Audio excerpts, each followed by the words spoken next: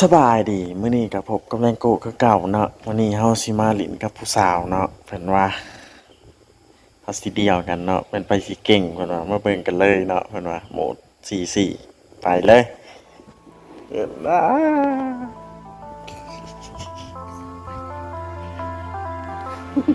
เจ็บบ่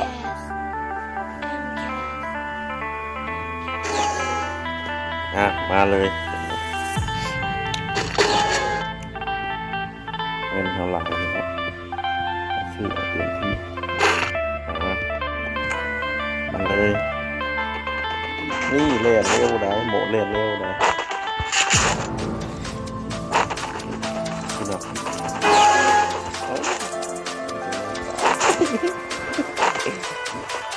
ได้ไม่ใช่ไงเลย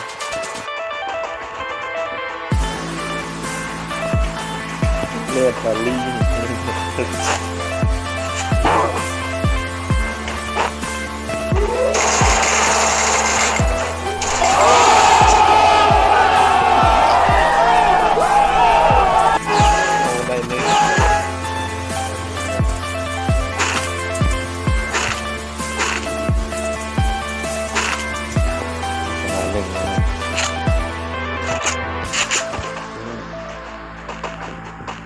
มาจิงจอกเล่นไว้เด้อครับพูดนะเอามาเบิ่งกันไปสิเก่งกว่ากันเห็นแล้ว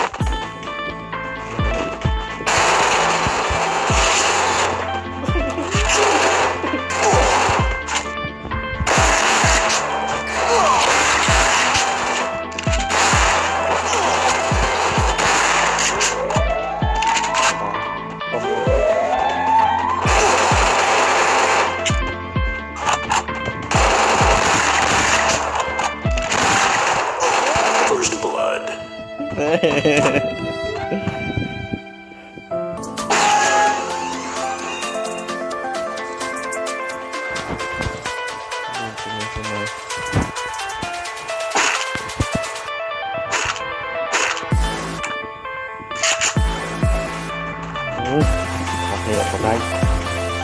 งานคาเฟ่ก็ได้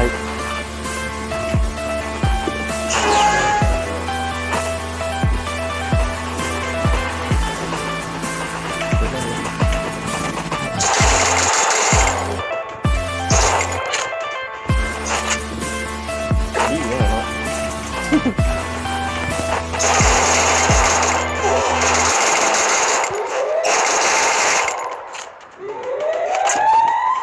ความเลือดนะครับเนาะ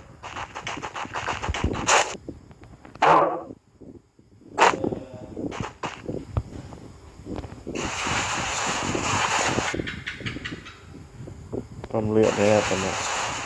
เอาความเลือดก่อนนะ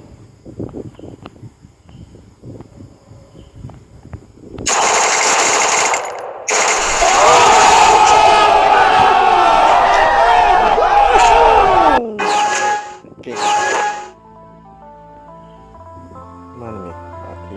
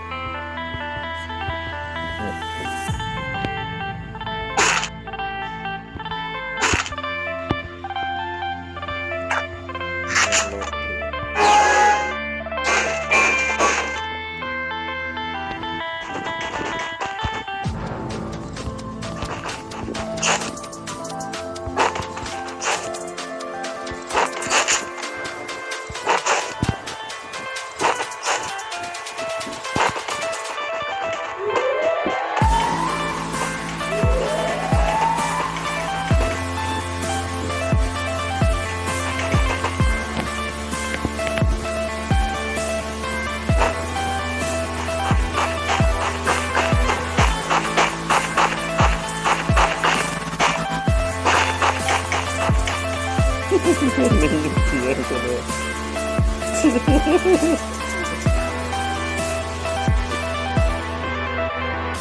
นั่งมันโดดยองนั่นมี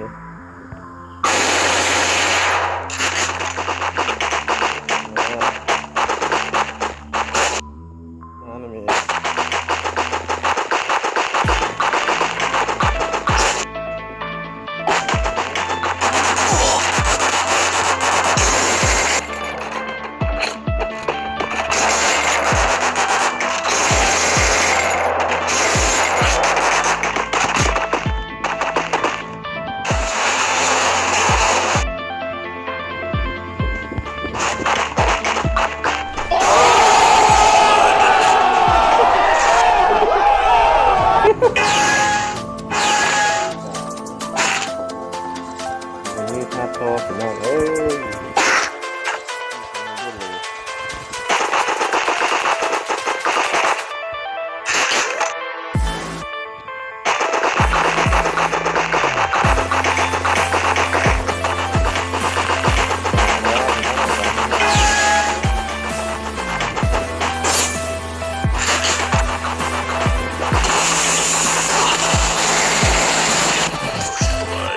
เป็นชนะแน่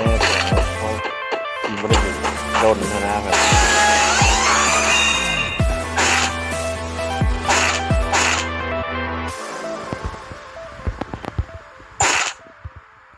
มาอันนี้นะมาโลให้ชนะอีก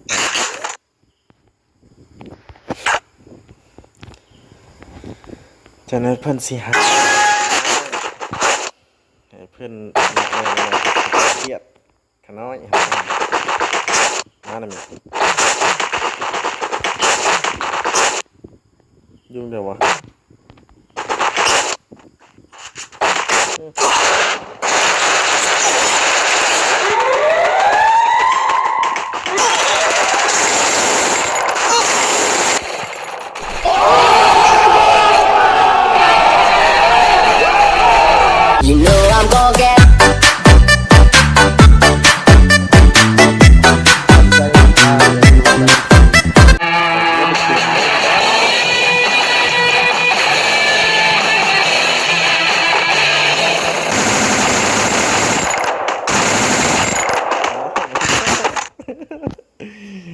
เก่งขนาดเลยพี่น้องตาหน้าคักๆคลิปเราก็จบลงเพียงเท่านี้เนาะสบายดี